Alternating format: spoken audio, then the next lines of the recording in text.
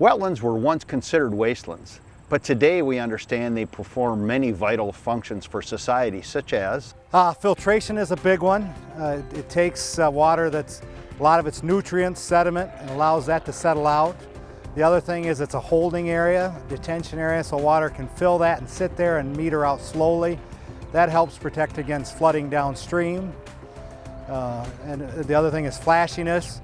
When you have all these hard improved surfaces, when water runs off, it gets to an outlet very quickly. If we can get that into these natural low areas, it can act like a sponge and hold that water for a while and meter that out over time. So that helps the downstream from not rising up and out of the bank so quickly. Using the principles of wetlands, one system that's gaining in popularity are rain gardens. A rain garden is one of many elements you find in low impact design construction activities. It is the byproduct of allowing water to do its natural thing, soak through some medium and come out the other end clean. In this case, rain gardens are engineered gardens with vegetation in them, made of a special mixture of soil so that the water, polluted, can run through them and the soil acts as a filter to clean out the impurities in the water. Rain gardens also act to reduce the peak discharge, which is an important part of our job in managing water in urban areas. We want to prevent flooding. This neighborhood, for example, has over 150 individual rain gardens, a collection system of 8¼ miles of drain that run through the rain gardens before it goes to the Looking Glass River. This project has reduced the peak discharge to the Looking Glass River by 94%. Which makes it almost pre-Columbus, you know. Before the Europeans got here and rebuilt everything, created all this impervious, we've increased the flow of water off the land and thereby caused flooding problems all over the place. Downstream as far as Grand Rapids takes the brunt of what we do up here in a parking lot. So the rain gardens are one element you find within low impact design construction that filters the water, controls the flow of the water, and reduces peak discharge. The cost effectiveness, where it really shows the benefit of these things, that we caught the rainwater coming off of the streets, going into the rain gardens in this project, for example.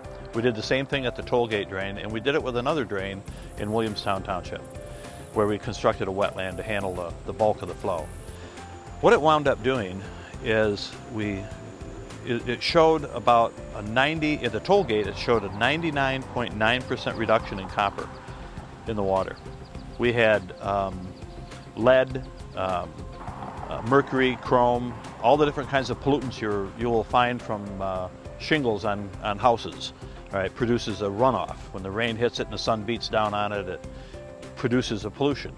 That pollution winds up being bound up in this dirt, goes nowhere. And it winds up being inert after sitting in the dirt for a while. It biodegrades, it goes away, and it's dealt with. The cost to replace these in terms of pollution removal, let's say 15 years from now I have to replace this dirt. I scrape up 2 feet of dirt and I take it to a landfill. I've got maybe a couple $100 landfill fee, and I replace the plants, a couple $3,000. It's cheaper than any other form of stormwater management, and the outcome in terms of quantity of flow, in terms of quality of flow, and duration of flow is extraordinary. I mean, it's just extraordinary. So when we talk about what it costs to operate these, you have to maintain it. We have to come in and treat them. If the flowers die, we have to plant new flowers. On this project, for example, which is an important aspect to this, is that you can take the $21 million and build a traditional system and not have to maintain it so heavy. Or you can spend $9 million on this and have to maintain it. The $11 million that I saved on this project will pay for 260 years worth of maintenance. So I don't know the argument about why we don't like to build them, because this is what I hear all the time, is we don't like to build them because we have to maintain them. Okay, so what? The toll gate drain cost $6.2 million. It saved $18 million from a traditional collect the water and take it to the river system, right? For $18 million, I maintain I can maintain that toll gate drain for 375 years and not spend what it would have cost to put the initial traditional system in. So I guess it begs the question, why not do this everywhere? Well, the engineering isn't common knowledge. They're just starting to teach this in schools now. Municipalities are just starting to learn about it. The civil engineers that work for municipalities, they're just becoming aware of its benefits. Civil engineers have to sign off on the success or failure of things that they design. So when a community says, design me a stormwater system, they have to sign off on its success or failure and pay the liability costs if it fails, because they're the designer. Well, they're not sure they want to sign off for this because they're not sure of its success. We did an enormous amount of study and looked at all kinds of alternatives. And while rain gardens aren't the only low-impact design element you can use, there are dozens and dozens of ways to slow down the flow of water, control the pollution levels in it, and manage urban stormwater in a cost-effective way and have a cleaner environment.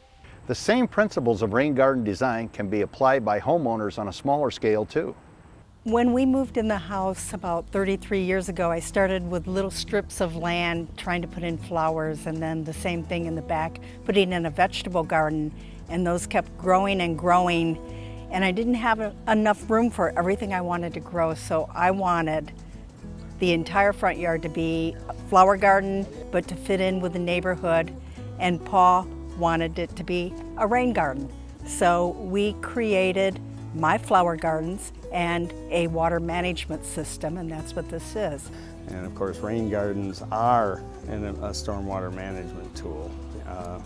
In this case, we have piped the downspouts from the house and the sump pump from the house discharge into the rain gardens. In addition, the driveway and the sidewalk are porous pavers, so they direct the rain and runoff straight down as opposed to into the storm sewers. So that's the overall concept, that source control, you keep the stormwater on your own property and use it. First, I started with a list from the Ingham County Drain Commissioner, and there was a list of good plants for rain gardens. I'm not a purist as far as native plants. What I want is beauty, blooming at various times, so things are in bloom all the time. Just things that have lots of color and excitement to them. So I have iris here from the farm that I grew up on many years ago. I have plants here from somebody who is now deceased. I have neighbors' plants, so I had all these plants with memories. And then the other criteria beyond what I already have is what can handle drought, because I do not want to spend my life watering plants. What does not need fertilized, because if you're adding fertilizer to the soil when you're trying to protect the water table, that defeats the purpose. And what can for a very short time, sit in water.